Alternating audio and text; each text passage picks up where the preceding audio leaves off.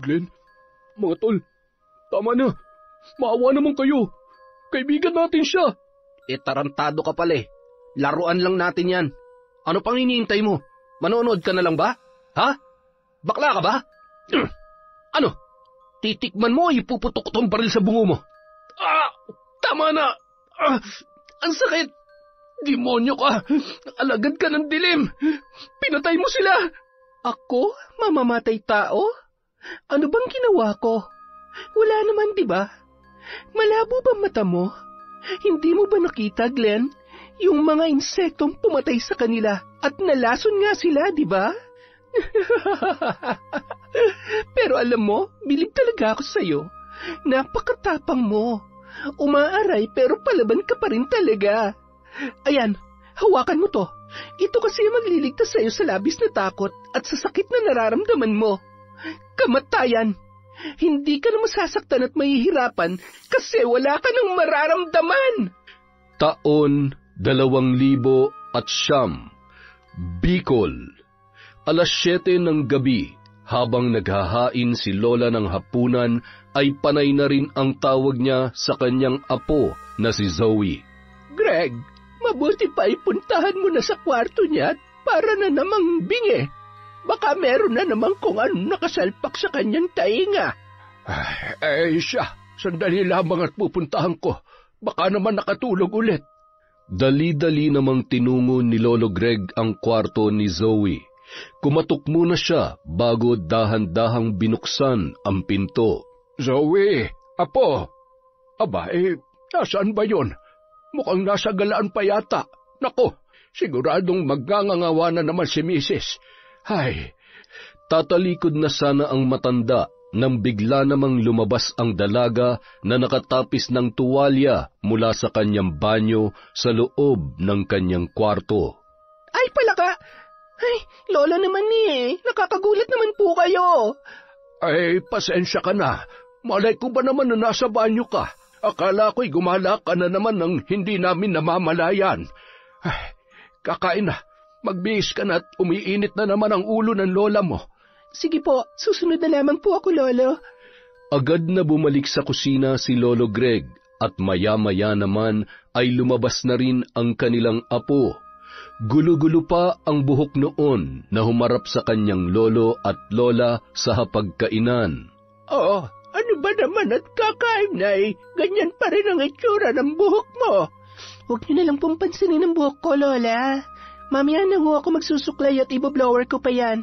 Isa pa, sabi po ni Lolo, bilisan ko kaya... Ay, bakit ba ako nagpapaliwanag? Kumain na nga lang po tayo. O ayan po, ulam. Lagyan ko na po kayo at syempre, ang maganda kong Lola. Gusto niyo po bang sabawan ko ang kanin ninyo?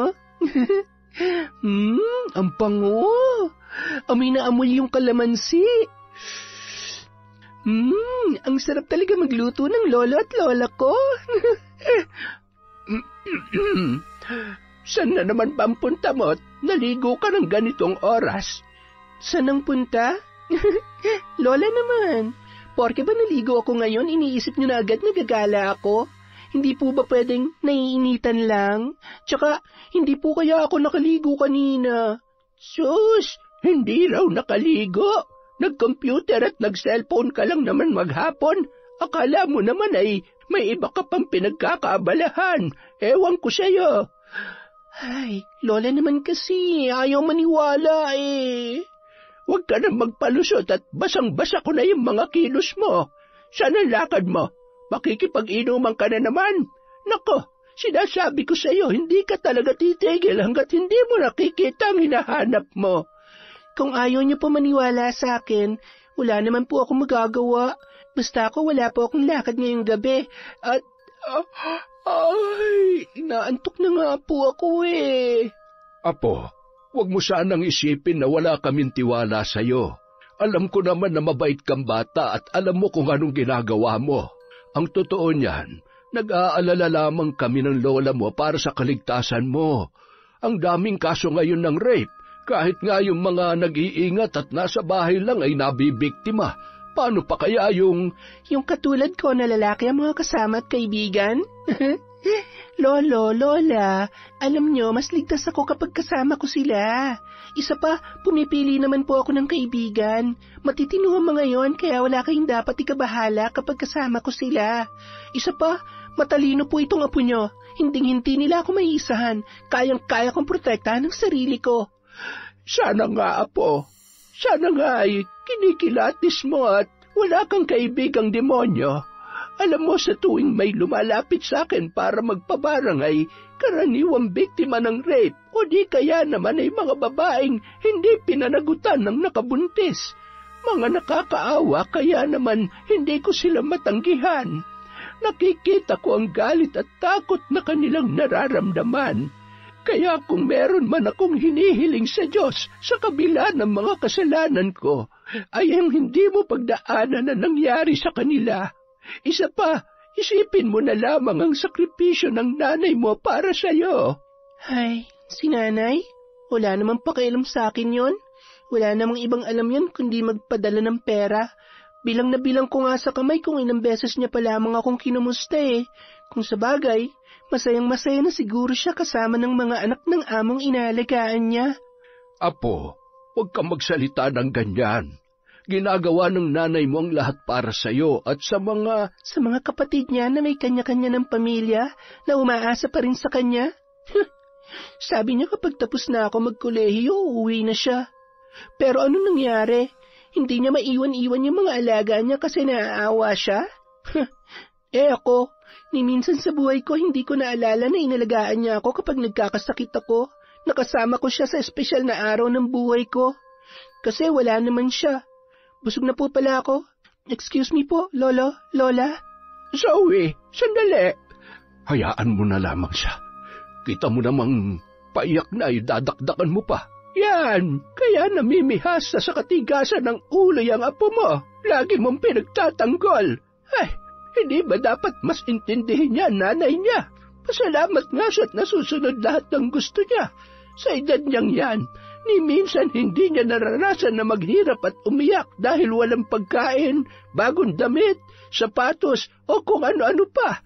Bago sana siya magdrama ay, tumigil ka na. Ang dami-dami mo naman kasi laging sinasabi, paulit-ulit na lang. Ay, hindi na tuloy nakakain na maayos yung apo ko.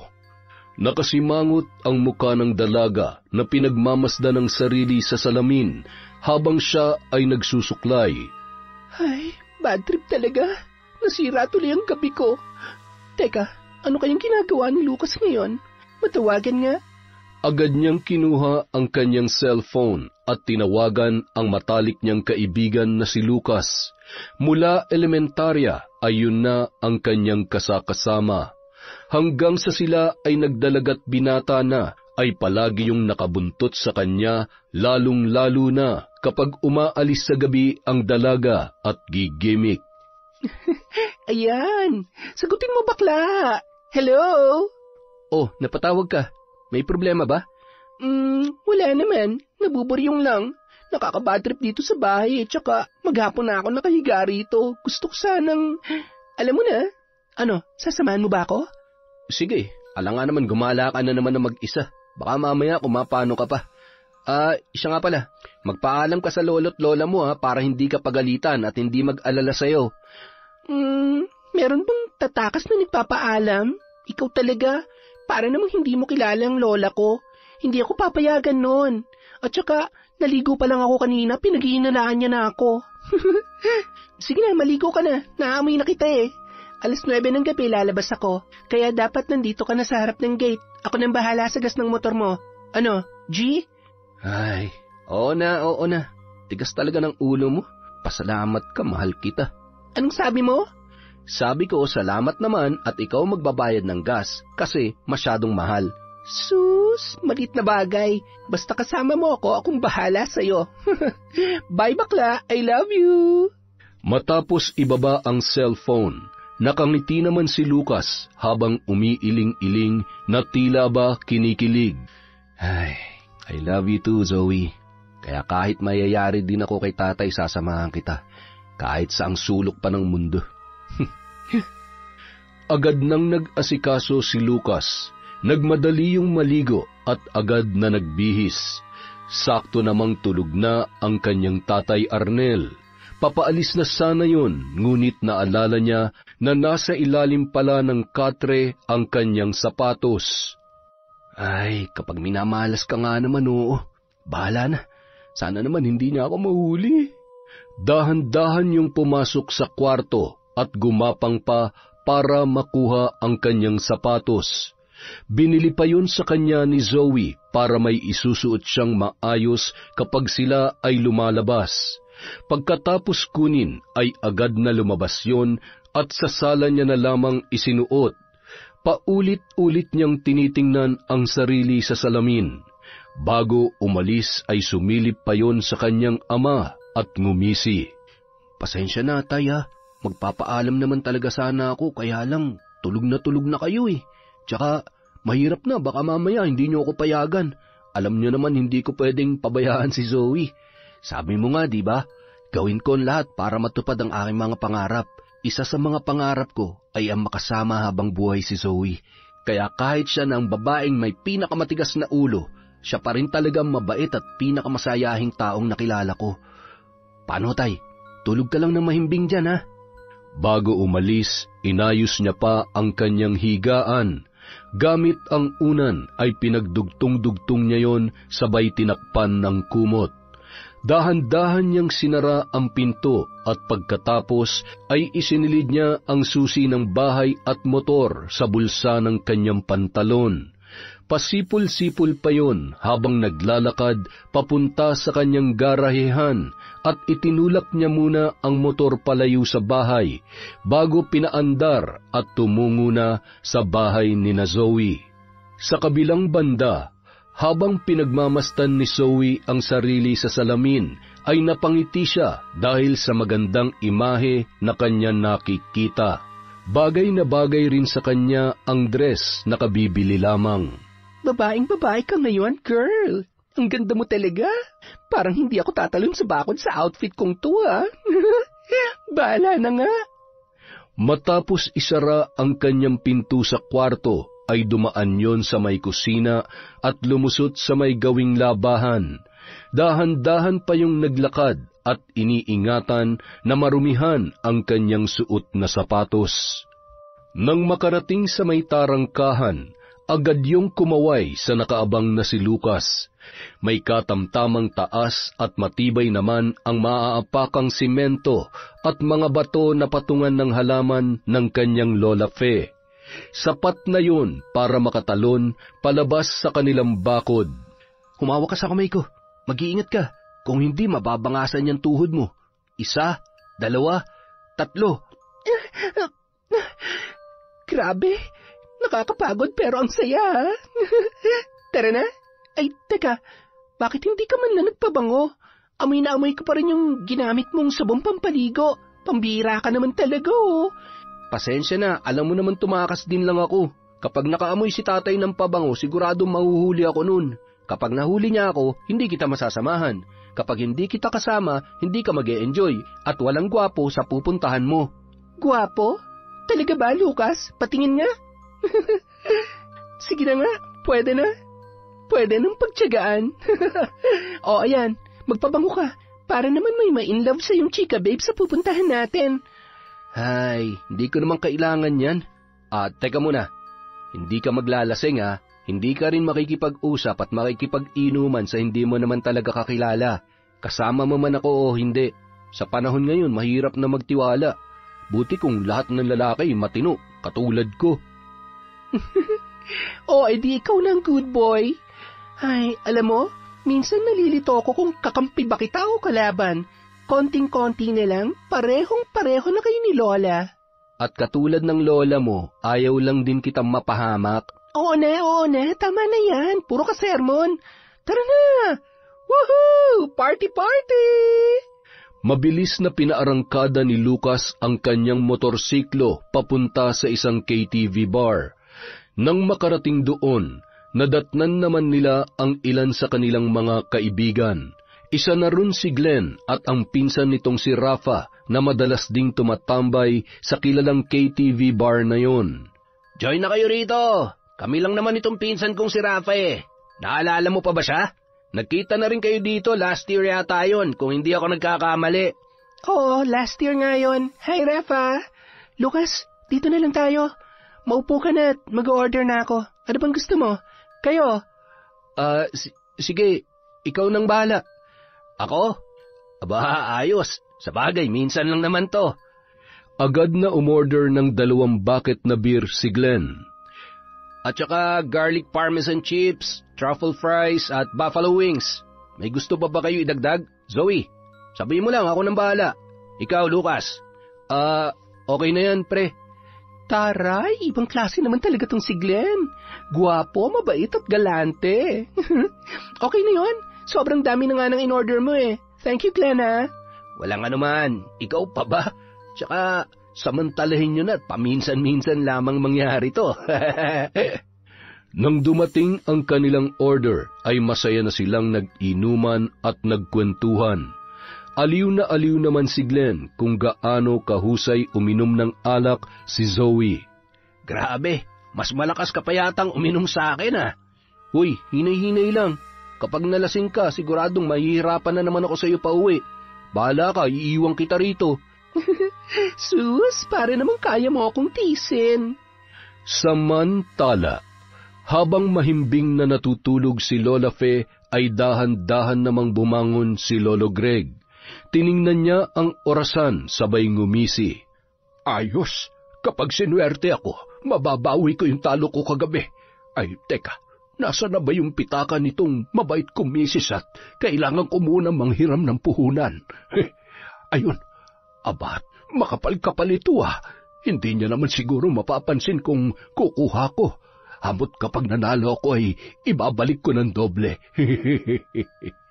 Pagkatapos noon, agad na ring umalis ang matanda, dala ang susi ng kanilang bahay. Tuwang-tuwa naman ang mga kalaro noon sa sugal nang matanawan ang kanyang pagdating. Mang Greg, ang tagal mo naman patulugin si Aling Fe. Kanina ka pa namin hinihintay. Oh, upo na hot, baka sakaling manalo tayo ngayon. Agad naman pumwesto ang matanda at inilabas ang kanyang pera mula sa kanyang bulsa. Makalipas ang ilang oras, bandang 2:00 ng umaga, lasing na si Zoe ngunit ayaw pa ring paawat. Napapakamot ulo na lamang si Lucas ng mga oras na yon. Ay, ito na nga bang sinasabi ko eh. Paano na lang talaga kung hindi mo ako kasama? Tama na ha, uuwi na tayo. Sorry naman, masyado ka namang KJ eh. Sandali lang, magbabanyo lang ako. Mauna ka na sa akin sa labas, doon mo na lang ako hintayin. Glenn, Rafa, thank you ulit ha. Hanggang sa ulitin. Sige, ingat kayo pag-uwi ha. Salamat pre. Zoe, bilisan mo ha. Tumango na lamang ang dalaga at pasuray-suray na naglakad papunta sa banyo. Dumiretso pa yon sa isang cubicle at sumuka. Pagkatapos magbanyo ay agad din siyang lumabas hanggang sa aksidente niyang nabangga ang isang lalaki. Miss, mukhang malakas yata ang tama mo ah. May kasama ka ba? Gusto mo, ihatid kita? Ha? Hinawakan siya nun sa muka at sa tagiliran, dahilan para bahagyang maitulak niya yon. Hoy, lalaki, pumili ka ng babastusin mo, ah. Hindi porket lasing ako ay hindi kita... Ano? Alam mo, ganyan na ganyan ang gusto ko eh. Palaban, tsaka... Bitiwan mo siya! Ano? Lalaban ka? Ha? Oh, sorry boss, akala ko kasi... Kung ako sa'yo, tatakbo na ako papalis ng bar na to dahil sa susunod na tumama tong kamao ko dyan sa pagmumukha mo, sinisiguro ko sa'yo na manghihiram ka ng mukha sa aso. Matapos kwelyuhan ni Glenn ang lalaki at bitawan, patakbo na yung umalis, lalo na nang mamukaan kung sino ang lalaking nasa kanyang harapan. Ayos ka lang ba, Zoe? Oo, okay lamang ako. Salamat ha. Gago yun. Pasalamat siya lasing ako dahil kung hindi, ay nako, siguradong tatamaan din siya sa akin. Halika na, ihatid na kita sa labas. Baka mamaya nandyan pa rin yung mokong na yun eh. Buti na lang nag-CR din ako dahil kung nagkataon, baka kung ano pang nagawa sa'yo ng lalaking yun. Inalalayan ni Glenn ang pasuray-suray na si Zoe. Nang makita naman ni Lucas na nakaakbay yun kay Glenn, ay agad niya yung sinalubong. Ano nangyari? Napagtripan lang ng mokong na walang magawang tama. Sige na, umuwi na kayo. Ingat na lang sa pagmamaneo, ha? Pauwi na rin naman kami ni Rafa. Ayos ka lang ba? Huwag ka mag-alala. Okay lang ako. Buti na lang, to the rescue tong si Glenn. Tara na, umuwi na tayo. Bye, Glenn. Matapos umangkas sa motorsiklo, siniguro ni Lucas na nakakapit na maayos sa bewang niya ang lasing na si Zoe. Umayos ka dyan, huwag ka muna matutulog. Ay, sabi ko naman kasi sa iyo eh, huwag ka masyadong magpapakalasing. Ang tigas ng ulo mo. Ayan, muntik ka na naman mapahama kanina. Ay, nakakainis ka naman eh. Lagi mo na lang akong pinagagalitan. Tatay ba kita, ha? Mag-drive ka na nga lang. Bilisan mo na. Ay, naantok na ako. Mabilis namang pinaarangkada ni Lucas ang kanyang motor habang pasigaw-sigaw at pakanta-kanta si Zoe habang nasa biyahe. Hinayaan niya na lamang yon para hindi makatulog. Nang makarating sila sa bahay ng dalaga ay mag-aalas 3 na ng madaling araw. Ano, kaya mo pa bang umakyat ng bakod? Ay, kaya ko yan. Basta alalayan mo ako, ha? Kapag ako nahulog, lagot ka sa akin. Hoy, ba't anong ginagawa niyo dyan sa bakod? Mga magnanakaw! Aray ko po, Lolo! Lolo, kami po to! Ha? Lucas? Zoe? Abay kayo nga! Anong ginagawa niyo dito? Bakit? Amoy alak! Lasing ka! Pambihira ka talagang bata ka, oo! Natakasan mo na naman kami! Malilintikan ka na naman yan sa lola mo! Inubutuloy kayo, Lolo! Bakit? Kayo, saan po ba kayo nanggaling, ha? Siguro nagsugal na naman kayo, no? Aba, huwag ka magsusumbong sa lola mo at siguradong malilintikan tayong pareho. O siya, bumaba ka na rin at bubuksan ko itong gate. Sige na, Lucas, umuwi ka na sa inyo at baka hinahanap ka na rin ng tatay mo. Pagkapasok ng dalawa sa tarangkahan ay bumangon naman si Lola Fe. Nakakunot ang noo-noon at hinahagilap ng kanyang paningin sa sala ang kanyang asawa. Greg! Greg! Nasaan ka ba? Patay! Nagising na ang lola mo! Magtago ka! Bilis! Tart! Nandito ako! Agad namang lumabas ng pinto si Lola Fe at kapansin-pansin sa mukha noon ang pagtataka. Madaling araw na! Anong ginagawa mo riyan? Humihilab kasi ang tiyan ko kaya hindi ako makatulog kaya lumabas ako at nagpapahangin lamang. O bakit bumangon ka pa? Bakit parang may naaamoy akong alak? Uminom ka ba? Tart, hindi. Alam mo naman na bawal sa akin ang alak. May dumaan lang na mga lasing kaya naiwan yung amoy nila. Halika na, pumasok na tayo. Baka sakaling dalawin ako ng antok. Ay, hindi na kita inistorbo kanina at masarap ang tulog mo. Agad nang pumasok sa kwarto ang mag-asawa at maya-maya ay pumasok na rin si Zoe sa loob ng bahay. Mabuti na lang at sinadyang hindi ilak ng kanyang lolo ang pintuan.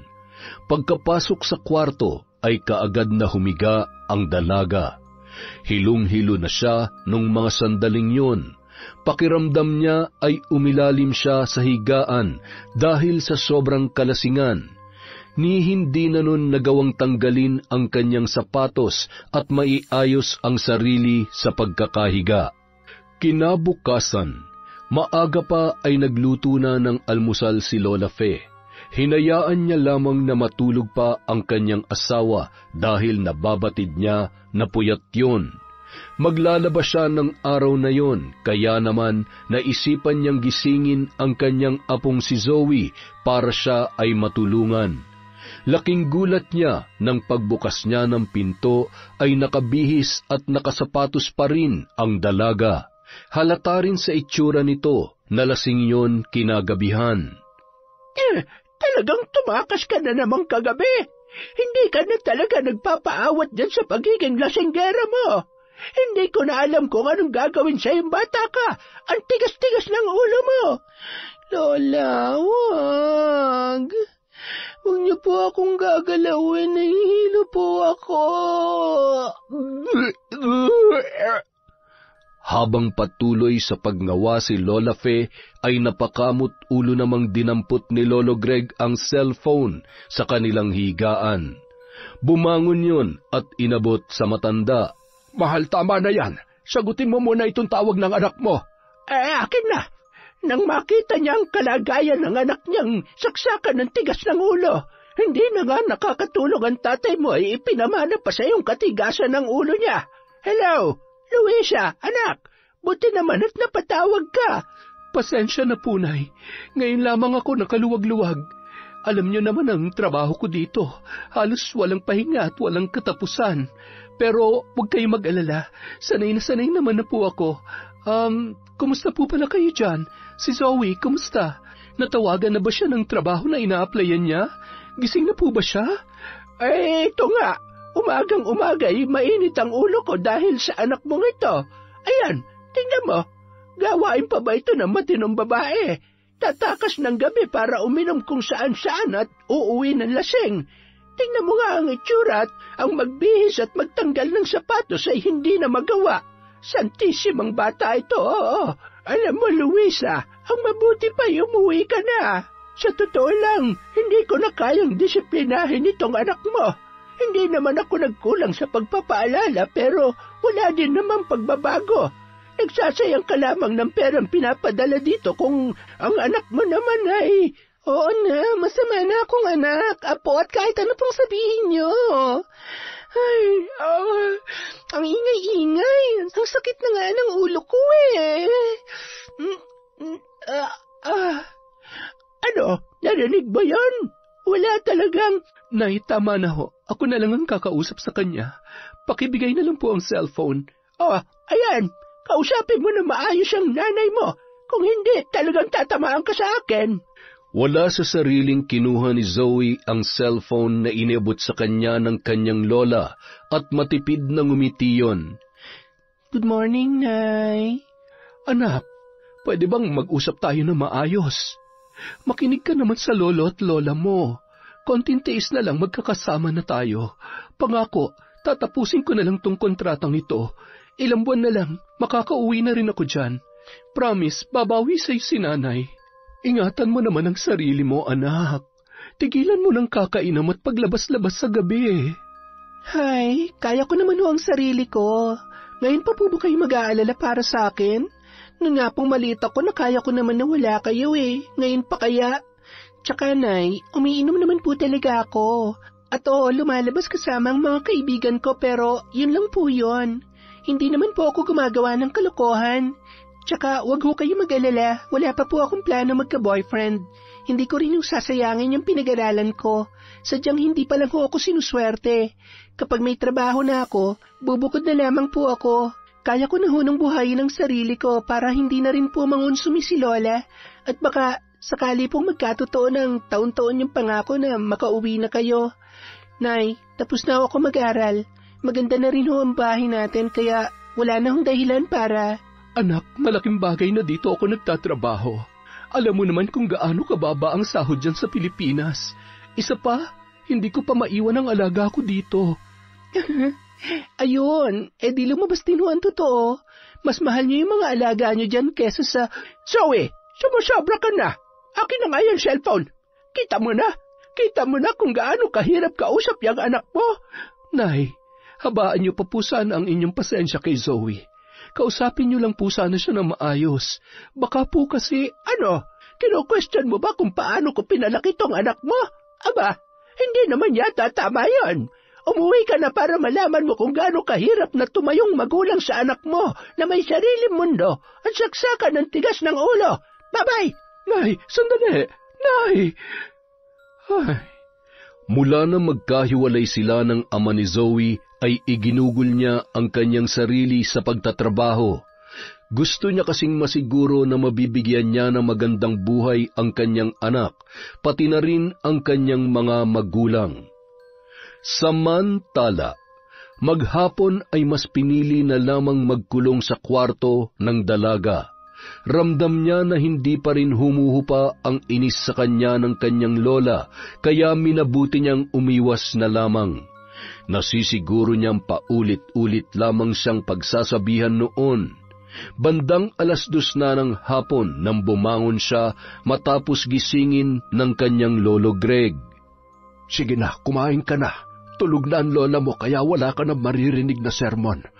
Apo, sana sa tuwing pinagagalitan ka namin ng lola mo ay huwag mo naman masyadong damdamin. Isa pa, hindi ka naman namin pagsasabihan kung wala kang ginagawa. Pasensya na po, Lolo. Pero sa totoo lang po, hindi naman po kasi talaga ako gumagawa ng kalokohan eh. Opo, umiinom po ako pero kilala at mabubuting tao naman po ang mga kasama ko.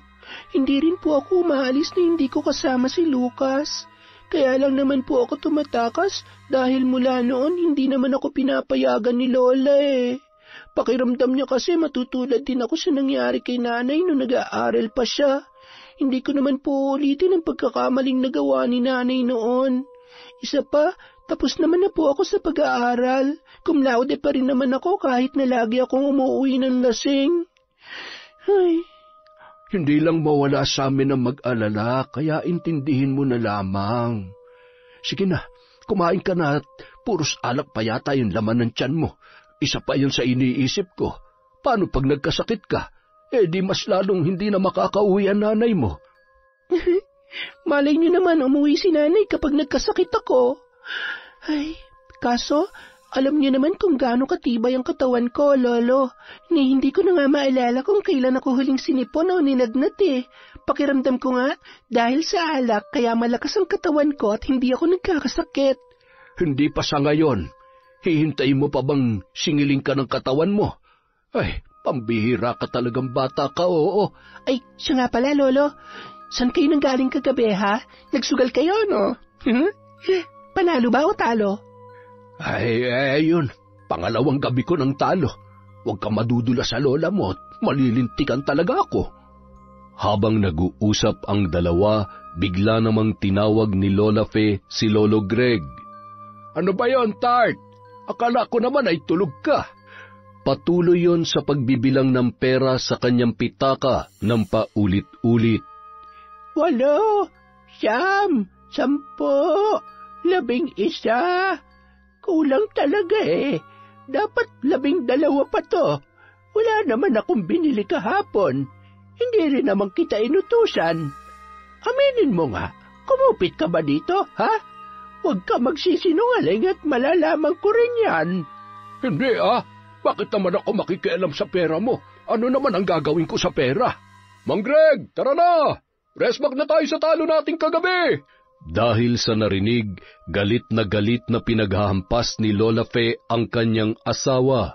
Sinasabi ko na nga ba, nangupit ka na naman para lamang makapagsukal ka. Sinungaling ka talagang matanda ka. May nalalaman ka pang pagpapahangin sa labas, yung pala'y galing ka na naman sa sugalan. Parehong-pareho lamang kayo ng apo mo. Tart, tama na. Huwag ka na magalit. Ibabalik ko naman yung pera mo kapag nanalo ako. Ganun. May balak ka pa talagang bumalik sa sugalan. Para ano? Para matalo ulit? Subukan mo lamang, Greg, kung ayaw mo mapahiya sa mga kasugal mo roon. Sinasabi ko sa'yo. Ay, sus Mariosep, kailan kaya huhupa ang init ng ulo ng dragon na ito? Kulang na lamang ay magluwa ng apoy. Samantala, habang kumakain si Zoe ay sinuot niya na lamang ang kanyang headphone, sabay nilakasan ang volume ng kanyang tugtog para hindi marinig ang bangayan ng kanyang lolo at lola. Pagkatapos kumain ay muli siyang bumalik sa kanyang kwarto at nahigang muli. Sobrang lakas nga ng tama ako kagabi Sino kaya yung loko at bastos na lalaking yun? Buti na lang talaga nandun si Greg. Ang cute niya pala kapag nagsusungit. Maswerte din talaga ako sa mga kaibigan ko. Mas masarap talaga makipagkaibigan sa lalaki dahil kaya nila akong protektahan. Katulad na lang ng nangyari kagabi. Ay, makatulog na nga lang ulit. Pagsapit ng 5:00 ng hapon, nakaligo na noon si Zoe at bahagyang nag-aayos. Kahit nakasuot pambahay ay nababatid na naman ni Lola Fe na balak na namang umalis noon. Ano? Tatakas ka na naman? Saan ka na naman makikipag-inuman ngayon? Ay, hindi po ako iinom, Lola. Pupunta lang po ako kina Lucas. Kay Lucas? Yan bang si Lucas ay kaibigan mo lang o baka naman iba na yan, ha? Magkaibigan lang po kami. Lahat na lang po ba ng ginagawa ko at kilos ko ay may mali siya? Ay, sige ho, alis na po ako, Lola. Abot? Nang makaalis na si Zoe, ay patuloy pa rin sa pagdakdak si Lola Fe. Kaya naman nilapitan yon ni Lolo Greg, sabay inabutan ng isang basong tubig. Oh, tama na, Tart. Ayan, uminom ka nga muna. Ay, alam mo, hindi naman kasi tama na pinag-iisipan mo ng kung ano-ano si Zoe. Sa halip na kausapin mo na maayos at pangaralan ay sinisinghalan mo na lamang palagi. Paano mo makukuha ang kanyang loob? At paano mo siya mapapasunod sa mga gusto mo daig mo pang kontrabida sa buhay niya? Ang sabihin mo, kaya mo kinakampihan yung apo mo kahit mali ay dahil sa kuhang-kuha niya ang pagiging sinungaling mo. Hoy Greg, ibahin mo ako. Hindi ako konsentidor na katulad mo. Kaya namimihasay ang apo mo dahil pinagtatakpan mo palagi. Aba, ako na naman ang sinisi mo. Ay nako, ikaw na lang talaga ang hindi nagkakamali sa bahay na ito. Ay, makapaglakad-lakad nga muna sa labas at masyado na mainit dito sa loob ng bahay. Mainit? Sadyang kulang ka lang sa ligo, hoy! Ay, mas tahimik talaga mundo ko kapag mag-isa lamang ako dito. Makapambarang na nga lamang at baka magreklamo na yung mga kliyente ko. Samantala. Hoy, pumahong ka nga dyan sa higaan ko. Ay, kapag dumating si tatay, mapapagalitan tayo nun. Bakit ba kasi ayaw mong umuwi sa inyo? Magkaaway na naman kayo ng lola mo, no? Ay, wala na talaga ako mapuntahan. Pati ba naman ikaw? Kaya nga dito ako pumunta para makapag-relax at hindi ko marinig ang mala-armalite na bunganga ni Lola eh. Please lang, kahit ngayon lang, dito muna ako matutulog. Hindi nga pwede. Mapapagalitan tayo ni tatay. Lucas! Anak! Patay, nandyan na si tatay. So uwi naman kasi. Ano ka ba? Bakit ka pa takot na takot? Wala naman tayong ginagawang masama. Basta, bumahon ka na dyan. Dali! Napakunotno si Ariel nang marinig ang boses ng isang babae sa kwarto ng kanyang anak. Dumiretso siya doon at nadatnan niya si Lucas at si Zoe na naghihilahan ng braso sa higaan. Dahil sa pagmamatigas ni Zoe ay nawalan ng balanse si Lucas at aksidenteng nadaganan at nahagkan si Zoe sa labi. Anak ng teteng, anong ginagawa niyo? Bakit mo ba kasi ako hinalikan? Sa tingin mo ba gusto ko yun? Hindi ko naman sinasadya. Sabi ko naman kasi sa'yo, umuwi ka na at hindi ka pwede matulog dito Oo na, uuwi na ako. Nakakainis ka. Kung kailan naman kailangan ko ng kausap, tsaka mo naman ako pinagtutulakan pa uwi. Sorry po, Tito. Uuwi na lamang po ako. Huwag po kayong mag-alala. Wala po akong ginawa at wala naman po akong balak na masama sa conservative ninyong anak. Lumakad na lamang ng padabog ang dalaga habang nagpapahid ng luha sa labis na inis. Dumiretso muna yon sa harap ng simbahan. Doon muna nagpalipas ng oras at sama ng loob. Hindi talaga kita kakausapin. Nakakainis ka, Lucas. I hate you. Bakla. Bandang 9:00 ng gabi nang umuwi si Zoe sa kanilang bahay. Napansin naman ng lolo at lola niya ang namumugto niyang mga mata. Magsasalita pa sana si Lola Fe nang bigla namang pinigilan yon ni Lolo Greg. Aray ko, ano ka ba naman? Huwag mo nang sermonan. Kita mo nang... Ay, sino naman na nagsabi na tatalakan ko siya? Tatanungin ko lang naman kung saan nanggaling. Huwag na. Ang importante, nandito na siya sa loob ng bahay. Siguro naman ay hindi na siya magtatangkang tumakas ulit. Makalipas ang ilang araw, naging abala si Zoe sa muling pag-apply ng trabaho. Naiinip na kasi yon sa paghihintay sa mga una niyang inaplayan na kumpanya.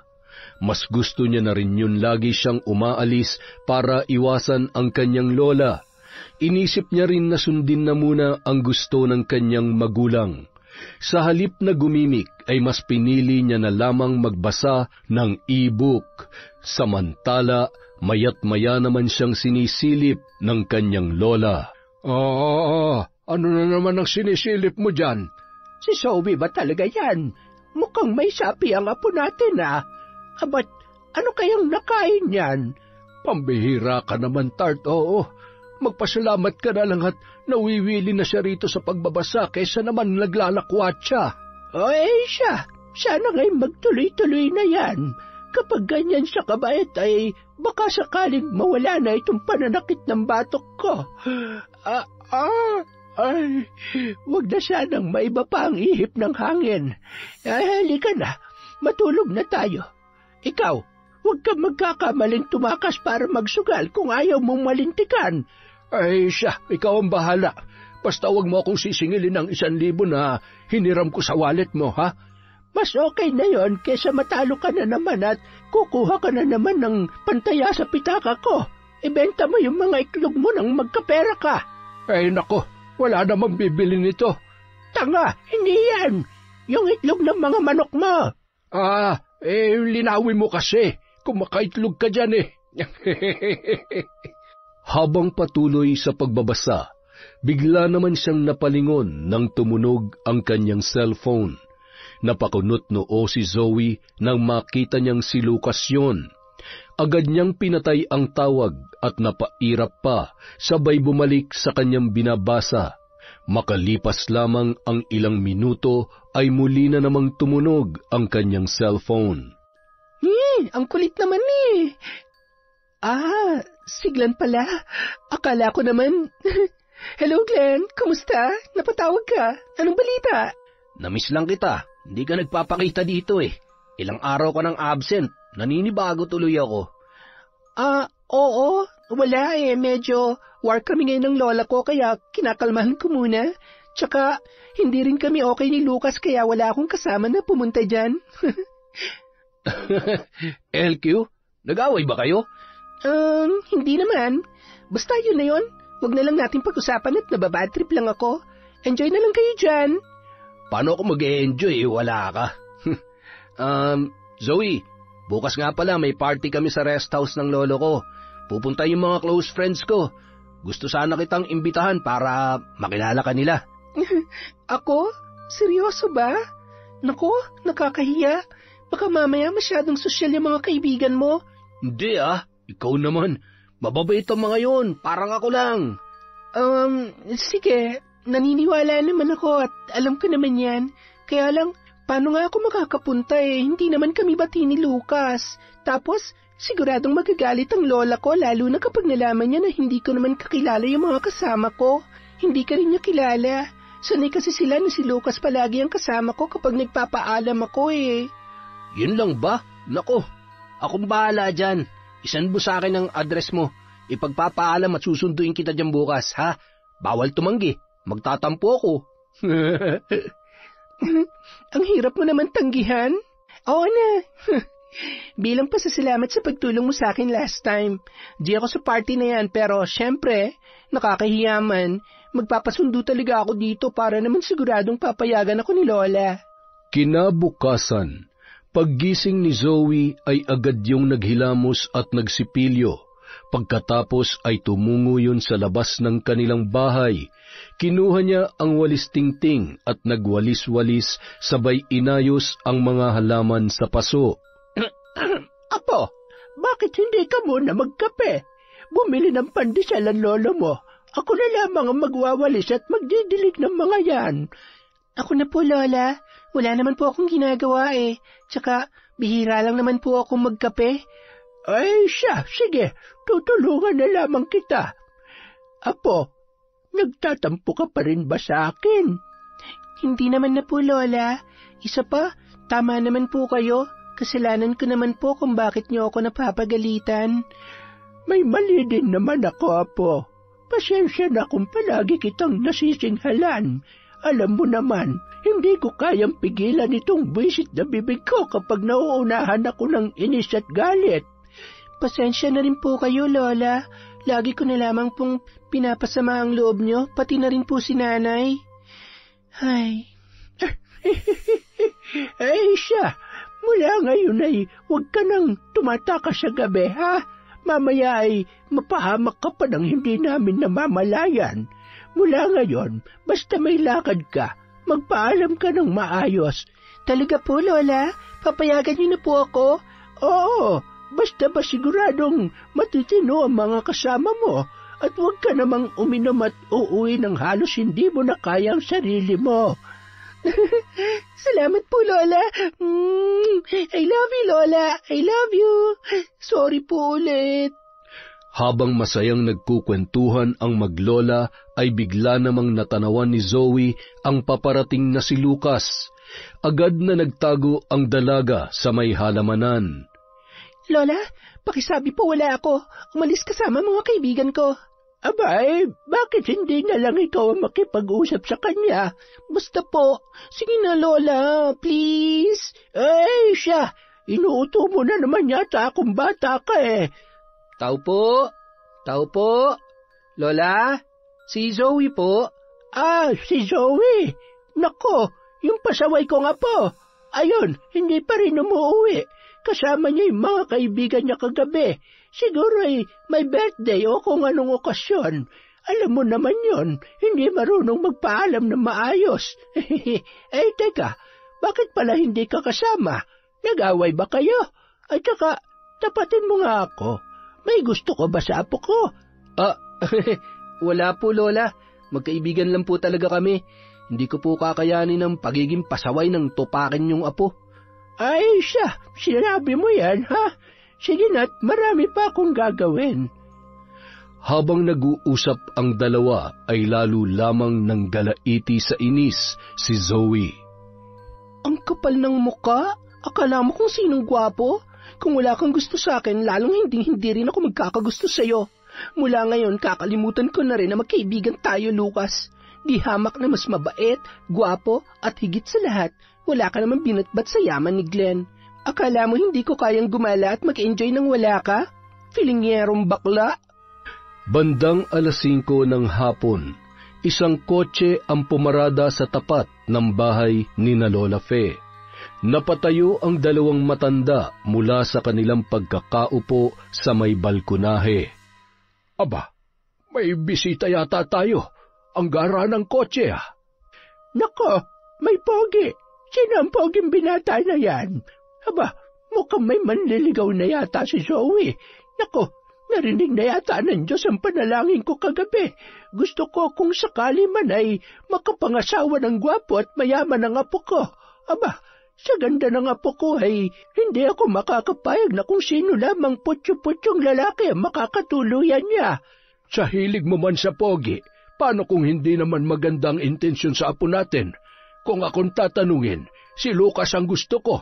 Ni minsan ay hindi niya pinabayaan ang pasaway nating apo. Eh, teka nga't, pagbubuksan ko ng gate si Pogi nang makilatis na kaagad. Mukhang anak mayaman nga ang binatang ito, ah. Nangangamoy mayabang at, huwag naman sana. Habang naglalakad si Lolo Greg papunta sa gate, ay kumakaway naman ang binata na noon ay nakaporma. Malayo pa ay humahalimuyak na ang kanyang mamahaling pabango. Bago pa man makarating sa may gate, ay narinig na ni Lolo Greg ang sigaw ng kanyang apong si Zoe. Lolo, ako na po! Patakbo pa yung nakipag-unahan sa kanyang lolo. Nagmamadali nung binuksan ang gate at sinalubong ng beso ang kanyang bisita. Magandang hapon po, Lolo. Magandang hapon, Zoe. Tuloy ka, Glenn. Siya nga pala si Lolo Greg. Lolo, kaibigan ko po si Glenn. Tuloy ka. Ipapakilala din kita kay Lola. Ay, sige na, iho. Huwag kang matakot at hindi naman ako nangangain ng bisita. Masayang nakipagkwentuhan si Glenn at sa kanilang pag-uusap ay kaagad naman niyang nakuha ang loob ng lolo at lola ni Zoe. Hanggang sa maipagpaalam niya yon na sumama sa kanya para umattend sa nasabing party. Hindi naman nagdalawang isip ang dalawa lalo na't nangako yon na ihahatid niya rin pabalik ang kanilang apo. Nang makarating sa rest house, natuwa naman ang dalaga. Masaya silang sinalubong ng mga kaibigan ni Glenn na lalaki kasama ang mga girlfriend noon. Kinilig pa ang dalaga nang mapagkamalan siyang girlfriend ni Glenn. Kainan, inuman, at nang bahagya na siyang malasing ay nakangisi naman siyang pinagmamasdan ni Glenn kasama ang 3 pa niyang mga kaibigan. Ano na naman ang pinaplano mo sa babaeng yan, Tol? Ibulato mo na lang sa amin yan. Mukhang palaban at malakas uminom, ha? Makakalaban kaya sa atin yan. Kumalma nga lang kayo. Huwag masyadong atat. Pasasan ba't magagawa rin natin yan? Sa ngayon, kailangan paunti-unti muna siyang mas mapalapit sa akin hanggang sa tuluyan ko nang makuha ang tiwala niya. Malay mo, kusaan niya na lang ding ibigay sa akin ang sarili niya, di ba? Ay, ayan na naman tayo eh. Kawawa naman. Di ba kayo natatakot? Paano kung mabisto tayo sa mga kalokohan na yan? Mukha naman siya mabait. Isa pa, may mga kapatid tayong babae kaya hindi dapat. Tol, kung gusto mo pa maging parte ng grupo natin, sumunod ka na lang sa mga gusto ko. Huwag mo akong pinangungunahan at pinangangaralan dahil hindi ko kailangan ng payo at opinyon mo. Ayoko rin ng bagang buntot sa grupon to. Naintindihan mo? Agad namang tumalikod si Glenn at nilapitan si Zoe na nakikipag-usap sa girlfriend ng isa sa kanyang mga kaibigan. Oh, tama na yan. Baka malasing ka. Pagagalitan tayo ng lolo't lola mo. Maya-maya yatid na kita, ha? Salamat, Glenn. Sobrang enjoy ako. Tama ka. Mababait nga mga kaibigan mo. Parang ikaw lang. Hindi ako nagkamali na makipagkaibigan sa'yo. Paano kung sabihin ko sa'yo na higit pa sa pagkakaibigan ng tingin ko sa'yo? Kung sakali, may pag-asa ba ako, Zoe? Kung sakali? Oo naman. Pero wala pa kasi sa plano kong magka-boyfriend eh. Hindi pa ako handang pumasok sa isang relasyon. Tsaka sa dami na magaganda at mayayaman na babae na kakilala mo, utang na loob, wag na ako. Baka mamaya bigla na lang akong masabunutan ng mga may gusto sa'yo dyan. Ano naman ang magagawa nila kung ikaw ang gusto ko? Hindi ko ahayaan na masaktan ka ng kahit sino, mapababae man yan o lalaki. Para kang sira, baka mamaya maniwala talaga ako. Makalipas ang 1 buwan, halos linggo-linggo ay madalas na silang nagkikita ni Glenn, pati na rin ng mga kaibigan nito. Masayang-masaya siya sa tuwing kasama ang mga yon. Mas lalo na ring napapalagay ang kanyang loob kay Glenn at pakiramdam niya ay ligtas siya sa tuwing ito ay kanyang kasama. Hanggang isang gabi, sunod-sunod na pinapaalalahanan yon ng kanyang lolo at lola bago lumabas ng bahay. Agad na yung lumabas at nag-aabang na sunduin ni Glenn. Nagulat naman siya nang biglang dumating si Lucas. Aalis ka na naman? Siyempre, bakit ba? Ano naman sa'yo kung aalis ako? Hindi ko naman siguro kailangan magpaalam sa'yo. Ganun na lang ba kalaki ang galit mo sa akin? Talaga bang ganito na lang tayo? Kakalimutan mo na lang ang pagkakaibigan natin dahil kay Glenn? Mas pinipili mong sumama sa mga taong hindi mo naman talaga kilala. Zoe, marami ako nalaman tungkol sa kanya at sa mga kaibigan niya. Kaya sana tumigil ka na sa pakikipagkita sa kanya. Ayoko na mapahamak ka. At talagang sisiraan mo pa sa akin si Glenn? OMG, Lucas, ganyan ka ba talaga? Bitter ka ba o inggit ka lang dahil may bago na akong kaibigan? Yung naiintindihan ako, nasasabayan ng trip ko, hindi yung KJ at hindi rin gumagawa ng kwento. Umalis ka na nga. Sana nga mali ako. kung talagang ganyan nakasama ang tingin mo sa akin, sige, mula ngayon hindi na kita kukulitin. Hindi na kita guguluhin pa, Zoe.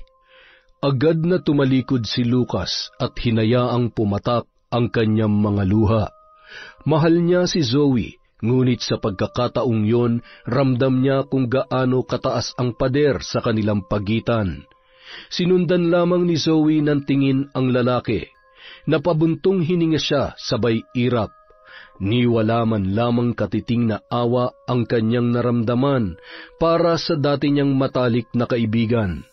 Nang biglang pumarada sa harap niya ang kotse ni Glenn, ay bigla namang gumuhit ang matamis na ngiti sa kanyang muka, sabay kumaway pa sa binata. Agad na rin yung sumakay ng kotse. Nang makarating sa rest house ay wala pa roon ang kanilang mga kasama. Kaya naman naisip ni Glenn na kumuha muna sila ng picture. Pasimple niyang kinukulit si Zoe at sa bawat kuha ng picture kung titingnan yon ay mapagkakamalan silang magkasintahan. Alam mo, bagay talaga tayo. Tingnan mo, oh. Oo na lang para wala ng gulo. Teka, gabi na. Nasaan na ba sila? Paparating ng mga yon. Ay, teka. Oh, ayan na nga. Sunod-sunod na nagdatingan ang mga nakamotor na kaibigan ng binata. Tayo-tayo lang? Himala, hindi sumama ang mga girlfriend nila. Baka busy o kaya naman may kanya-kanyang lakad. Yung mga tropa ko, hindi naman ako matatanggihan yung mga yan eh. Alam nila kung paano ako magalit kapag hindi nasusunod ang gusto ko. Ha? Anong ibig mong sabihin? Biro lang yun. Masyado ka namang seryoso. Halika na, masimulan na natin yung masayang inuman. Titikman natin lahat ng imported na alak na dala ng tito ko galing sa ibang bansa. Wow, ayos yan. Siguradong malalasing tayo niyan. Oo naman, sa akin palang malalasing ka na. Loko. Pero seryoso, hindi mo makakalimutan ng lasa ng bawat alak na matitikman mo ngayong gabi, Zoe.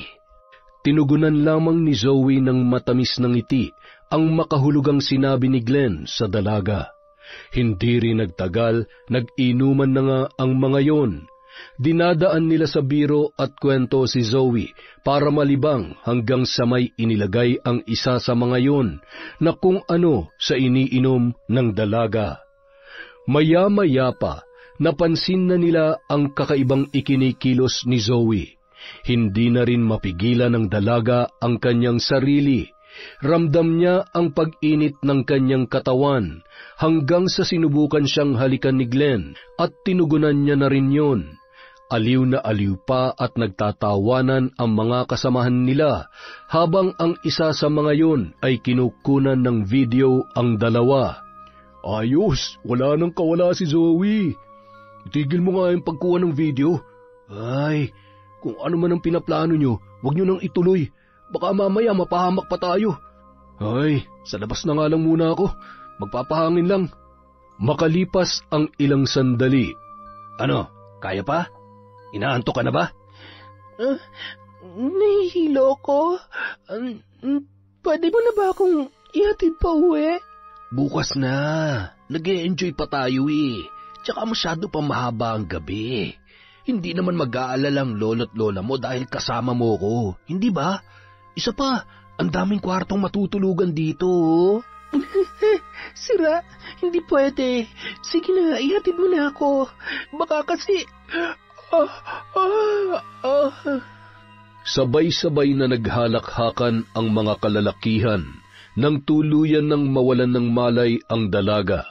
Binuhat yun ni Glenn papunta sa isang kwarto. Walang susunod ha. Maghintay lang kayo dito. Basta patikim din kami mamaya ha. Walang problema. Basta natikman ko na, iyong-iyo na ang tira. Gising ang isip ni Zoe nung mga oras na yon, kaya malinaw sa kanyang pandinig ang mga sinasabi ng kanyang mga kasamahan. Gusto niyang sumigaw at kumilos para takasan ang pinaplano sa kanya, ngunit hindi niya magawa. Naramdaman niya na lamang ang pagbagsak niya sa malambot na kama at ang isa-isang pagtanggal ng kanyang kasuotan nung mga oras na yun. Diyos ko, tulungan niyo po ako. Kailangan kong makatakas. Hindi mo pwedeng gawin sa akin to, Glenn. Hayop ka! Lolo! Lola! Bahagya niyang naimulat ang kanyang mga mata at kitang-kita niya ang pananabik sa mukha ni Glenn habang pinagsasamantalahan ang kanyang kahinaan. Masyado kang pakipot. Ngayon, hindi mo na ako matatakasan. Akin ka na mula ngayon, at kung kailan ko man gustuin, Zoe. Sa akin lang ang bawat parte ng katawan mo. Nang makaraos ang lalaki, ay humahalakhak na lumabas yon at tinawag ang kanyang mga kaibigan. Pinagpasapasahan nila si Zoe na parang laruan. Ano? Saan ka magaling, ha? Glenn, mga tol, tama na. Maawa naman kayo. Kaibigan natin siya. Tarantado ka pala eh. Laruan lang natin yan. Ano pang hinihintay mo? Manonood ka na lang ba? Ha? Bakla ka ba? Ano? Titikman mo o ipuputok tong baril sa bungo mo? Wag, ibaba mo yan. Nakikiusap ako. Agad na inagaw ng binata ang baril kay Glenn at tinutukan ang mga yon. Kapag hindi kayo tumigil sa ginagawa nyo, hindi ako magdadalawang isip na iputok ito sa inyo. Wala kayong mga konsensya, pati babae na walang kalaban-laban eh. Ito na ang huling beses na may masasaktan pa kayo. Mga demonyo kayo. Ngayon, alam ko na kayo nang halay at pumatay sa kapatid ko. Anong sinasabi mo? Kapatid? Tol, ibaba mo yan. Baka pumutok yan. Sabing ibaba mo eh. Nagpambuno ang dalawa. Maya-maya pa, umalingaw-ngaw ang malakas na putok ng baril at dumanak ang dugo sa sahig. Bro, napatay mo siya. Anong gagawin natin? Ano pa nga ba? Di ilibing ninyo. Ano pa hinihintay nyo? Iligpit nyo na yan at siguruhin nyo na mananatiling tikom yung mga bibig nyo. Isa-isang nagsilabas ang magkakaibigan at binalot sa kumot ang isa sa kanilang kasamahan. Naghukay ang mga yon sa likod ng rest house at pagkatapos mangiyak-ngiyak nilang inilibing ang kanilang kaibigan. Paano kapag hinanap to ng mga kamag-anak niya, pre? Wala namang kamag-anak yan. Di ba nga, mag-isa na lang daw siya sa buhay dahil maaga silang naulila at namatay din ang kapatid niya. Malay ko ba naman na isa pala sa mga nabiktima natin yun? Tol, natatakot ako. Makakulungan ang bagsak natin nito. Hindi yan. Magtiwala lang tayo kay Glenn. Mayaman at may impluwensya ang pamilya nila kaya kahit anong gusot pa yan, siguradong malulusutan niya yan. Mabuti naman kung ganun, dahil mas gugustuhin ko pang mamatay kaysa makulong, Tol. Bandang 3:00 ng madaling araw, nagising si Zoe na hinang-hina at ramdam ang pananakit ng kanyang katawan, partikular na ang maselang bahagi nito. Dahan-dahan siyang bumangon at hinila ang isa pang kumot at pinantabing sa hubot-hubad niyang katawan. Nakita niya ang kanyang mga damit na nakakalat sa sahig, ngunit ang mas pumukaw sa kanyang pansin ay ang bakas ng dugo sa sahig. Pilit niyang inalala ang mga nangyari at naging malinaw ang lahat nang tumambad sa pinto ng kwarto ang mukha ni Glenn. Hayop ka! Anong ginawa mo sa akin? Manyak ka! Pinagsamantalahan mo ako! Bumangon ka na dyan at ayusin mo ang sarili mo. Huwag ka na magdrama at gumawa ng kwento, ha? May ebidensya ako na magpapatunay na kung ano man na namagitan sa atin, pareho nating ginusto yon. Gusto mo ba makita? Ha, baby girl? Tingnan mo to. Sinend ko dyan lahat ng sweet photos natin at pati video. Masyado kang wild para sabihin mo na ginahasa kita. Madali lang maniniwala ang lahat kapag sinabi kong may relasyon tayo. Sa'yo, walang maniniwala, Zoe. Wala. Hayop ka! Pinagkatiwalaan kita! Isa kang traidor! Napakasama mo! Tandaan mo to! Hindi porket mayaman ka, matatakasan mo ng kahayupang ginawa mo! Pagbabayaran mo to! Kayo ng mga kaibigan mo! Babalikan ko kayo! Sige, subukan mo! Kung gusto mo pang makasama ang lolo't lola mo, mas mabuti pang sumunod ka na lang sa gusto ko at itikom mo na lang yang Hayop! Sige, subukan mo. Kapag nandilim ang paningin ko at nakalabit ko tong baril na to, siguradong ito na ang huling umaga ng buhay mo. Gusto mo ba yan, ha? Walang nagawa ang dalaga habang nakatutok sa kanya ang baril. Nanginginig ang buo niyang katawan at nagbihis. Muli nung isinukbit sa kanyang tagiliran ng baril at kinaladkad palabas ng bahay para isakay ng kotse ang dalaga. Inihatid niya pa yun sa kanilang bahay. Bagamat madilim pa ng mga oras na yun, ay nasisiguro ng binata na tulog pa ang lolo at lola ni Zoe. Zoe, huwag mong kalilimutan yung mga bilin ko, ha? Susunduin na lang ulit kita dito kapag na-miss kita. Sige na, pumasok ka na sa loob. Ayusin mo yung sarili mo. Bye! Nagngingilid ang luha, sabay itinikom ang kamao habang tinatanaw ang papaalis na kotse ng binata. Hindi ako kasing hina tulad ng inaakala mo. May pera ka lang pero sisiguruhin ko na walang magagawa ang pera mo para isalbang sarili mo, Glenn. Magtago na kayo kahit sa sulok ng mundo. Dahil lahat kayo, isa-isang gagapang papuntang impyerno. Pagbabayarin ko kayo. Malakas na humagulhol at napaupo yun sa harap ng kanilang bahay na sinabayan pa ng malakas na ulan, kulog at kidlat. Greg, gumising ka. Ang lakas ng ulan. Nandyan na kaya si Zoe? Greg, babangon ka muna at silipin mo muna sa kwarto kung nariyan niya yung apo natin. Ano ba naman? Ito na, babangon na ako. Bakit ba parang kinakabahan ako na hindi ko may paliwanag? Pasuray-suray na naglalakad habang humihikab yun papunta sa kwarto ni Zoe. Agad ring bumalik si Lolo Greg sa kanilang kwarto. Ano? Nariyan na ba siya? Wala pa nga eh. Baka doon na magpapalipas ng gabi yun. Hayaan mo na't hindi naman siguro siya pababayaan ni Glenn.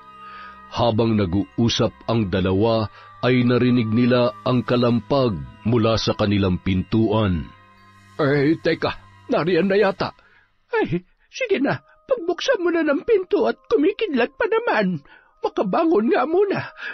Aray ko, ang sakit naman ng mga talampakan ko. May nakain na naman yata akong kontra sa akin. Dahan-dahan na bumangon si Lola Fe at sinundan ang kanyang asawa. Nang buksan ni Lolo Greg ang pinto, ay natulala siya sa itsura ng kanilang apong si Zoe. Basang-basa, gulo-gulo ang buhok at mababakas ang galit sa mukha nito. Apo, ano nangyari sa'yo? Ay, Sus Mariosep! Apo, ayos ka lang ba? Bakit ganyan ang itsura mo? Lolo, Lola, ginahasa po nila ako. Hayop siya. Demonyo siya, Lola. Apo, hindi. Greg, ano ang gagawin natin? Gumawa ka ng paraan para sila ay pagbayarin. Hirap mo sa akin ang mga hayop na gumawa nito sa ating apo. Kailangan nating ipaalam sa pulisya ang nangyaring ito. Kakasuhan natin sila. Kailangan nilang mabulok sa kulungan. Hindi po. Hindi yan ang tamang paraan para maningil at mabigyan ng hustisya ang ginawa nila sa akin. Mayaman po sila. Kaya nilang bilhin at baliktarin ang hustisya. Gusto kong ako mismo ang pumatay sa kanya. Lola, handa na akong tanggapin ang kaalaman na minsan itinuro niyo sa akin. Babarangin ko siya. Pahihirapan ko siya sa paraan na hindi niya malalaman. Gusto ko makita siya nahihirapan at makita ng dalawang mga mata ko kung paano siya unti-unting nalalagutan ng hininga. Nandidiri ako sa sarili ko, Lola. Dahil sa halo-halong emosyon, bigla na lamang nahirapang huminga ang dalaga at bumagsak ang katawan. Agad namang nasaluyon ng kanyang lolo. pinagtulungan siya ng mag-asawa na maihatid sa kanyang kwarto. Agad na pinunasan at binihisan yun ni Lola Fe habang umiiyak ang matanda. Awang-awa siya sa kanyang apo, lalo na nang makita niya ang mga pasa sa katawan nito at ang dugo sa maselang bahagi ng dalaga. Makalipas ang 1 linggo, isang tawag muli ang natanggap ni Zoe mula kay Glenn. Hayop ka talaga! Hindi mo ba ako titigilan, ha? Bakit ka ba nagagalit? Hindi mo man lang ba ako na-miss? Ay, siya nga pala. Gusto ko lang sabihin sa'yo na natutuwa ako dahil marunong kang sumunod sa usapan. Dahil dyan, ligtas ang mga video na to sa kamay ko. Isipin mo na lang, ano kaya mararamdaman ng nanay mo kapag nakita niya kung anong klaseng babae ang anak niya? Hayop ka! Sabihin mo sa akin anong kailangan mo. Tapusin na natin to. Tantanan mo na ako. Relax. Masyado ka naman. Mamaya susunduin kita dyan. Miss na miss ka na namin eh. Huwag ka mag-alala. Pagkatapos nito, hindi na kita guguluhin pa. At kapag mabait ka, di buburahin ko na yung mga videos mo. Sige, sunduin mo ako. 5:00 ng hapon. Huwag ka mag-alala. Marunong akong sumunod sa usapan. Sana ikaw rin. Agad na ibinaba noon ang cellphone at tumungo sa isang silid kung saan naroon ang kanyang lola. Tingnan lang natin, Glenn. Ikaw at ang mga kasama mo naman ang paglalaruan ko. Lintik lang ang walang ganti. Tama, isama mo ang mga kaibigan mo para magkakasama niyo ring haharapin ang kamatayan. Lola, nagawa po natin. Tumawag na siya sa akin at gusto niya na makipagkita ulit. Mabuti naman, Apo. Ano, handa ka na ba? Kaya mo ba talaga? Kayang-kaya, Lola. Ano pat naging apo niyo ako kung hindi ko kayang gawin ang mga itinuro ninyo? Basta ako nang bahala. Mula sa sandaling lumabas ka sa bahay na ito, sisimulan ko na rin ang ritual. Ito lang ang kailangan mong dalhin. Kailangan mong ipagpag ang laman ng panyong ito sa oras na masinghot nila ang alikabok na nababalot ng aking orasyon na para lamang sa kanila ay tuluyan mo na silang mamamanipula. Heto ang garapon. Narito ang mga insekto na siyang magiging katuwang mo na sindakin sila. Kahit ano pang pagmamakaawa, huwag kang panghihinaan ng loob at magpapadaig sa awa. Walang dahilan para kaawaan ko sila, Lola. Wala akong ibang nararamdaman kundi galit at isa lang ang gusto ko. Katapusan ng kanilang buhay. Higit pa sa pagpatay nila sa sarili nilang kaibigan na nagtangkang tumulong sa akin. Silang dapat mamatay at pinagpipiyasa ng uod sa hukay. Ipinagpatuloy ni Lola Fe ang kanyang paghahanda para sa kanyang isasagawang ritual. Bandang 4:00 ng hapon, palakad-lakad na sa sala si Zoe habang tinititigan ang orasan. Samantala, pasensya ka na, Lucas. Alam kong may hindi kayo pagkakaunawaan ng aking apo. Ngunit wala akong ibang malalapitan sa ngayon kundi ikaw lamang. Gusto ko lang masiguro ang kanyang kaligtasan. Ano po ba nangyayari, Lolo? Ano po bang nangyari kay Zoe? Inilahad ni Lolo Greg ang masalimuot na pinagdaanan ni Zoe kay Glenn at sa mga kaibigan nito na labis namang ikinalungkot ng binata. Hindi ko man lamang siya nagawang protektahan sa mga hayop na yun. Kung bakit kasi napakatigas ng ulo niya eh. Binalaan ko na siya pero hindi siya nakinig. Huwag ka mag-alala. Masakit man sa kalooban ko ang nangyari sa kanya pero alam ko na pagkatapos ng lahat ng ito, marami siyang matututunan. Sana'y makita niya ang halaga ng payo natin sa kanya.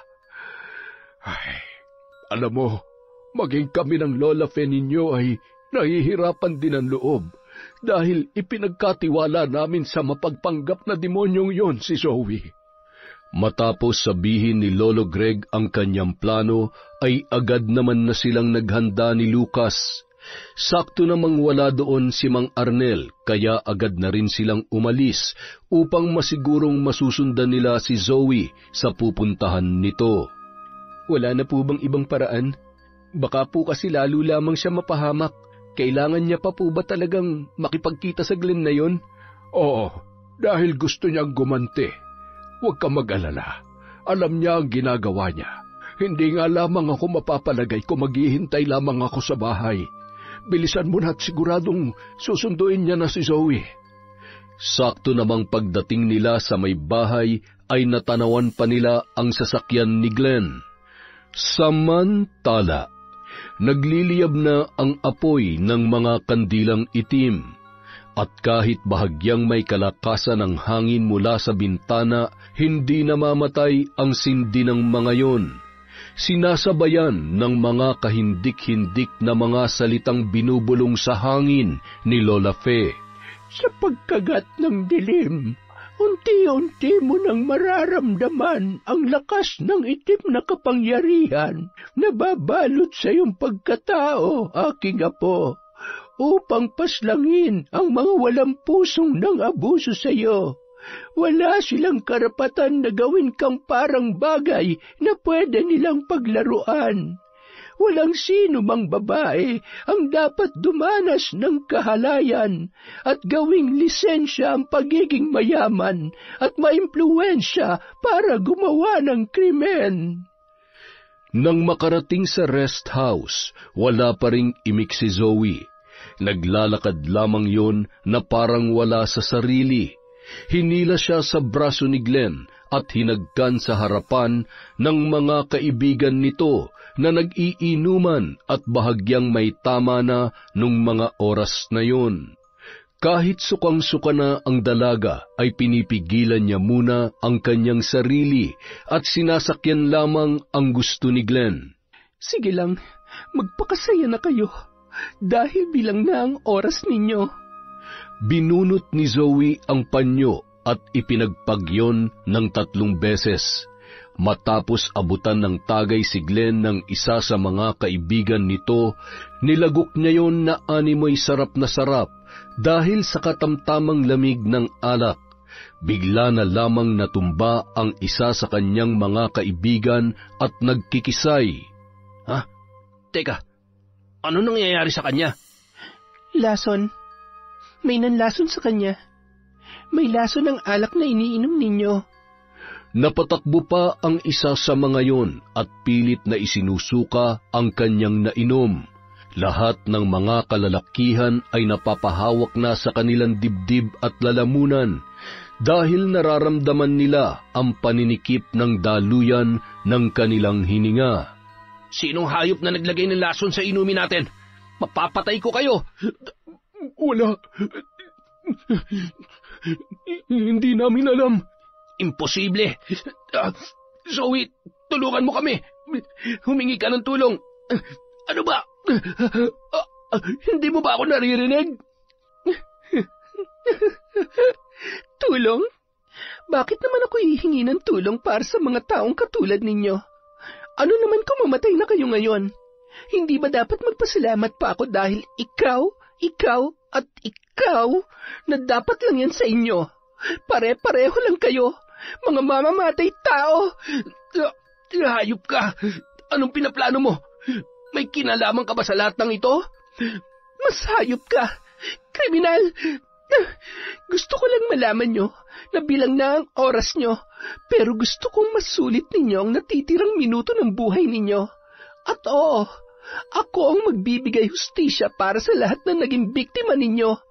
Hindi sa lahat ng oras, lahat ng biktima ay mananatiling talunan dahil sa pananakot mo, Glenn. Hindi makakilos ang mga lalaking noon ay naninigas ang mga paa at gumagapang sa sahig. Kinuha ni Zoe ang isang botelya na nakalagay sa bag niya at binasag yun. Sa isang iglap, gumapang ang mga alupihan, linta, ipis at naglalakihang daga na hindi nila malaman kung saan nagmula, sapagkat napakarami at halos mapuno ang balkonahe kung saan sila naroroon. Sinabayan pa yon ng pagliliparan ng mga mababahong insekto mula sa labas ng bahay. Gumapang ang mga lalaking tanging pagsigaw at pagdaing lamang ang kayang gawin. Pumasok sa butas ng kanilang tainga ang mga ipis at ang alupihan ay lumalabas sa mga nakabuka nilang bibig na sinabayan pa ng malansang dugo. Nang makita ni Glenn na wala ng buhay ang kanyang mga kaibigan, ay lalo lamang siyang nagalit. Tama na! Ang sakit! Demonyo ka! Alagad ka ng dilim! Pinatay mo sila! Kasabay ng biglang pagkawala ng mga insekto, kinuha ni Zoe ang isang bote at binasag yon sabay itinutok sa leeg ni Glenn. Ako? Mamamatay tao? Ano bang ginawa ko? Wala naman, di ba? Malabo ba mata mo? Hindi mo ba nakita, Glenn? Yung mga insektong pumatay sa kanila at nalason nga sila, di ba? Pero alam mo, bilib talaga ako sa'yo. Napakatapang mo. Umaaray pero palaban ka pa rin talaga. Ayan, hawakan mo to. Ito kasi magliligtas sa'yo sa labis na takot at sa sakit na nararamdaman mo. Kamatayan! Hindi ka na masasaktan at mahihirapan kasi wala ka nang mararamdaman. Hindi mo ako mapapatay. Humanda ka sa akin kapag... Oh, ano nangyari sa'yo? Bakit? Kaya pa ba, ha? Tingnan mo nga yung sarili mo. Kawawa ka naman. Bigla na lamang sinusugatan ni Glenn ang kanyang sarili mula mukha at sa iba't ibang parte ng kanyang katawan. Pilit nung pinipigilan ang kanyang kamay na kitlin ang kanyang buhay. Sa isang iglap, bigla niya na lamang narinig ang boses ng pinatay niyang kaibigan na nagmamakaawa sa kanya. Tama na! Tumigil ka na! Patay ka na! Tantanan mo na ako! Gumapang yun ng gumapang na animoy takot at pilit na tumayo hanggang sa matumba yun at natusok sa leeg ng hawak niyang basag na ulo ng bote ng alak. Habang nakasaksak yun sa kanyang leeg, ay umaagos ang sariwang dugo sabay ng panlilisik ng mga mata ng binata. Agad na umalis si Zoe at ilang sandali pa, tinamaan ng sunod-sunod na kidlat ang bahay na yun na pinagsimulan ng sunog.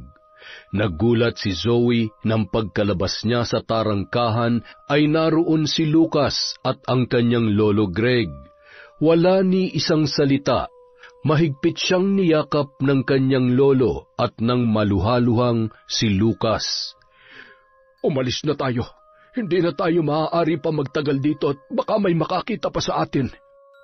Walang bakas na may iiwan katulad ng mga ibinaon nilang katotohanan, Lolo. Pero sa ngayon, tapos na. Wala na siyang mabibiktima pa. Sa pagkasunog ng malaking bahay, wala ni isang nakaligtas ng gabing yun.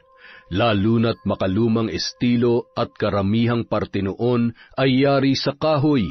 Sa pagkamatay ni Glenn ay biglang naglabasan ang ilan sa mga naging biktima niya at nabulgar din ang sikreto ng mapang-abuso nilang pamilya.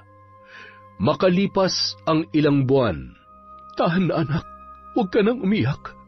Matanda na ang lola mo at mas mabuti na rin to kesa nahihirapan siya. Nay, pakiramdam ko kasalanan kong lahat ng ito. Dahil sa kagustuhan kong gumanti, nawala tuloy sa atin si Lola. Huwag mong isipin yan. Sadyang hanggang dito na lamang talaga ang buhay niya. Nakikiusap lamang ako, anak. Sana ngayong nandito na si nanay, magkasama na tayo. Talikuran mo ng kung anumang itinuro niya sa'yo. Gusto kong magsimula ulit tayo at makabawi sa panahon na wala ako sa tabi mo. Tart, mahal na mahal kita. Hindi ko akalain na ganito pala kalungkot kapag hindi ko na naririnig ang pagtatalak mo. Makakasugal na ako ng walang magagalit, kaya lamang ay wala na akong makukupitan ng aking pantaya. Huwag kang mag-alala. Hindi na ako maghahanap ng iba katulad ng pangako ko sa iyo. Basta sunduin mo rin ako kaagad at baka makahanap ka naman ng iba dyan. Sa paglipas ng maraming taon, pareho ng maayos ang trabaho ni na Lucas at Zoe. Ang kanilang pagkakaibigan ay nauwi sa malalim na pagkakaunawaan. Naging magkasintahan sila sa loob ng 1 taon hanggang sa nagpasya ng magpakasal. Kasama rin nila sa bahay ang kanyang ina at Lolo Greg na umaalalay naman sa kanila bilang bagong mag-asawa. Lucas, bumangon ka nga. Nagugutom ako eh. Gusto ko yung mangga, yung hilaw na hilaw pa, tsaka malambot pa yung buto. Saan naman ako kukuha niyan? Di sa kapitbahay. Tulog naman sila ngayon eh. Tsaka sa dami ng bunga nun, grabe naman, hindi nila mapapansin yun. Sige na. Ay, pambira naman kung maglihi ka, mahal. Hindi ba pwedeng ibili na lang kita bukas sa palengke? Alam mo kung ayaw mo, ako na lang. Ako na lang ang aakyat. Oh, tinutoyo na agad. Eto na, kukuha na. Ay, okay na to, basta wag lang alak ang maging cravings mo. Ano sabi mo? Wala po. I love you. Oh, thank you, tatay namin. Ingat ka ha, huwag ka mahuhulog. Ay, alam ko namang mahal kita, pero minsan, napapatanong talaga ako. Bakit ba kasi ako nag-asawa? Yon! Isa na naman pong malupit na kwento mula sa kwentong Enteng. Pasensya na po kayo kung hindi nakapag-upload si Enteng last week. Mga dalawa, absent, sorry po. Nagkasakit lang po si Enteng, ngayon medyo basag pa ng konti yung boses natin, pero pilitin na nating mag-upload. Sayang ang pagkakataon at ang mga araw, ang paghihintay ninyo, pasensya na po kayo. Maraming salamat ulit sa walang sawa niyong pagsuporta. Meron tayong shoutout. Simulan po natin kay Reno Sabas. Hi kay Corazon Ingay. Hello po kay Dimples Yumi, kay Manny Maniego. Shoutout kay Evelyn Reyes, kay Catalea Soto, kay I Love Traveled. Hi kay Michelle, kay Jomar Tabacon from San Juan City, Manila. Shoutout kay Mel Santarita sa Buendia family, Billy Ray, Jenny May, at kay Ray from Lucy Buendia. Hello po kay Monica Nieves. Shoutout kay Mary Jane Alitin, kay Josie Anivan, kay Lynette Reparado. Hello po kay Gay Somodio, kay Mea Espiritu, sa Galedo family from Rai. Hello po kay Merlinda Balidoy, kay Redstone, sa RGW Garments from Basta Mage ako. Hello po kay Angelis Gudilosao. Hi kay Amiyong, kay Febe Ranada, kay Arlene Torquiza, kay Mary Ann Pesino. Hi kay Minky Aswang Stories.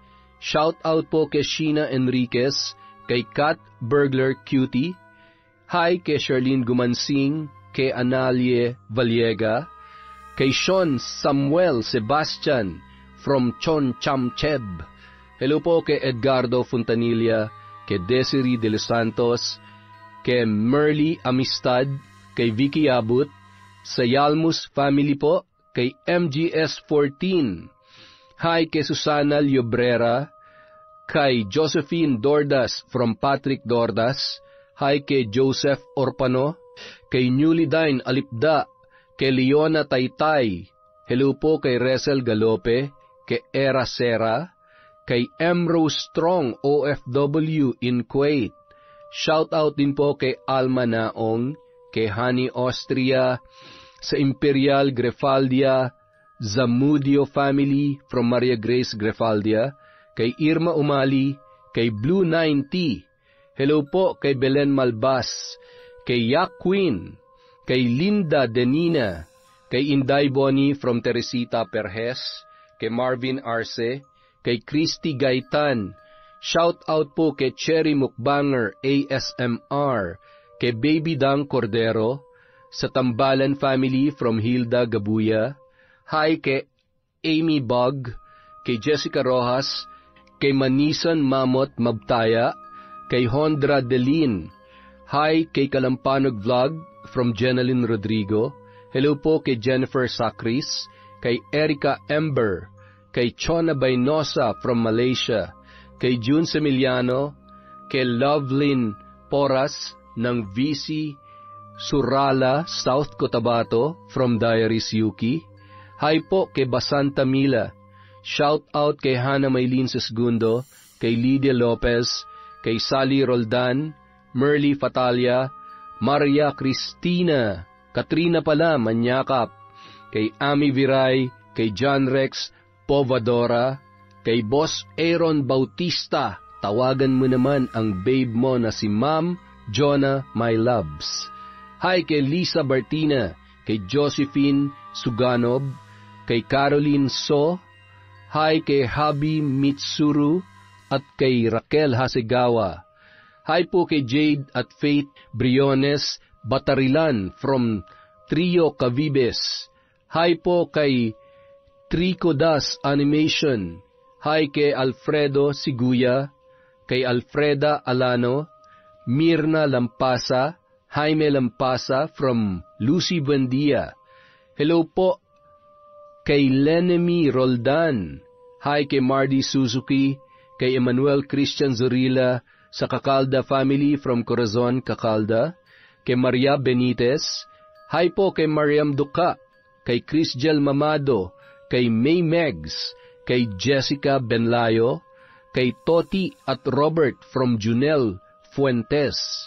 Hi kay Ryzen Ryle, kay Joy Joy Nisperos, kay Arnel Claridad, Lucy San Jose, sa Perez family from Kim Seika. Hi kay Maricel Aberia from Bicol.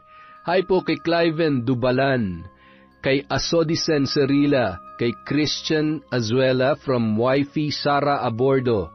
Hi po kay Robely Solibo, kay Jacob Velasco, kay Chris Alcantara. Shout out kay Marian de la Fuente, kay Lydia Torila, kay Bewon at kay Girly Longavela. Maraming salamat po ulit sa pakikinig sa Kwentong Enteng. Mag-iingat po tayo lagi, alagaan po natin ang mga sarili natin. Huwag po kayo magkakasakit. Ako lang pwede, kayo bawal. Maraming salamat po ulit mula sa Kwentong Enteng.